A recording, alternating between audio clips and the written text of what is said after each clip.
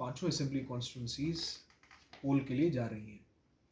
सुबह 7 बजे से लेके शाम के 6 बजे तक वोटर्स आकर अपने वोट को कास्ट कर सकते हैं और असेंबली में किस नुमाइंदे को वो बैठ के देखना चाहते हैं उस चीज़ का फैसला कर सकते हैं। डिस्ट्रिक्ट एडमिनिस्ट्रेशन के लिहाज से और जितने भी अरेंजमेंट्स हमको करने थे, चाहे वो पोलिंग स्टेशंस को तैयार करना, पोलिंग स्टेशन में शॉर्ट मिनिमम फैसिलिटी का देना, पोलिंग स्टेशंस में बिजली, पानी, पोलिंग स्टाफ के रहने की व्यवस्था हो, वो सारी व्यवस्था जो है वो कर ली गई है।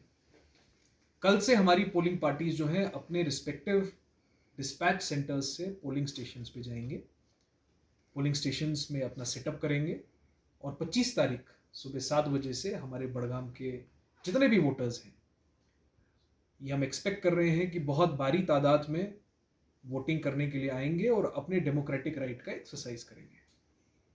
आज जब हम बात कर रहे हैं तो 6 बजे का जो टाइम है वो भी मुकम्मल हो गया है।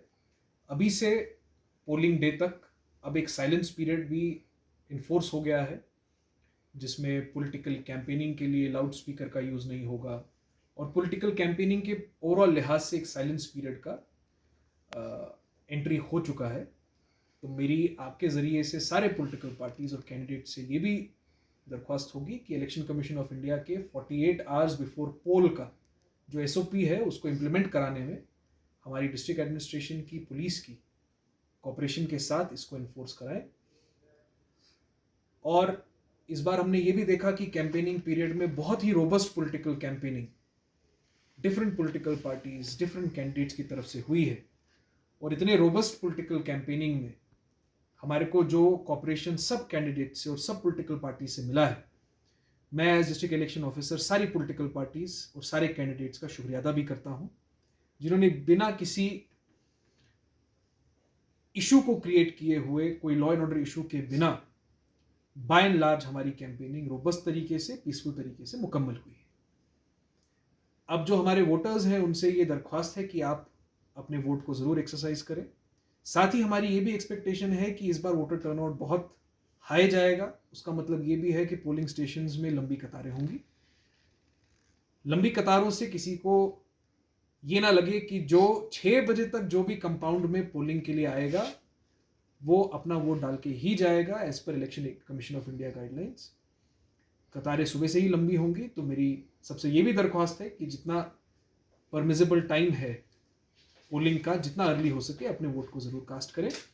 और हम ये कोशिश करेंगे कि आपको पोलिंग स्टेशन पे एक सेलिब्रेटरी माहौल मिले। आपकी जो ज़रूरतें हैं, चाहे वो कुर्सी की, बैठने की हो, या जो हमारे स्पेशली एबल्ड सिटीजन्स हैं उनके लिए व्हील चेयर्स की हो, वो सारी व्यवस्था हमने पूरी की है। और 25 तारीख को बड़गाम में एक बहुत अच्छा वोटर टर्नआउट एक बहुत सीमलेस तरीके से हो, इसकी मैं आशा करता हूँ। और फिर एक बार सारे वोटर से अपील करता हूँ कि अपने डेमोक्रेटिक राइट का एक्सरसाइज ज़रूर करें। सर, जहाँ तक हम ज़िला बड़गाम की बात करें, 5 साल के इंतखाब है, कितने पोलिंग बूथ्स आपने कायम किए हैं और साथ ही जो ग्रीन पिंक पोलिंग स्टेशन है वो कितने ज़िले में है और कितने वोटर्स हमारे इस वक्त इस बार? 639 पोलिंग स्टेशंस जो है इस असेंबली इलेक्शन में बनाए गए हैं। आपको याद होगा लोकसभा इलेक्शंस में 620 थे।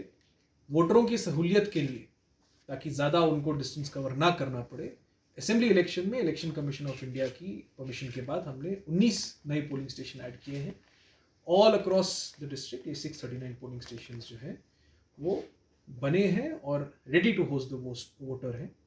हर असेंबली कॉन्स्टिट्यूंसी में एक ग्रीन, एक पिंक, एक यूथ मैनेज्ड और एक specially abled man polling station भी होगा और इसी हिसाब से हमारी तैयारी जो है वो मुकम्मल है। सर, अगर हम असेंबली इंतखाबात की बात करेंगे, 10 साल के बाद असेंबली इंतखाबात हो रहे हैं और इतने टाइम पीरियड में नए वोटर्स ऐड हुए वोटर लिस्ट में, तो जो नए वोटर्स हैं उनके लिए आपकी मैसेज? मैं हमारे सारे यंग वोटर्स का एक बार शुक्रिया अदा करना चाहता हूँ कि लोकसभा इलेक्शंस के बाद फ़ौरन ही हमारा स्पेशल समरी रिवीजन हुआ और उस स्पेशल समरी रिवीजन में हमारे यंग वोटर्स ने जो एलिजिबल थे अपने आप को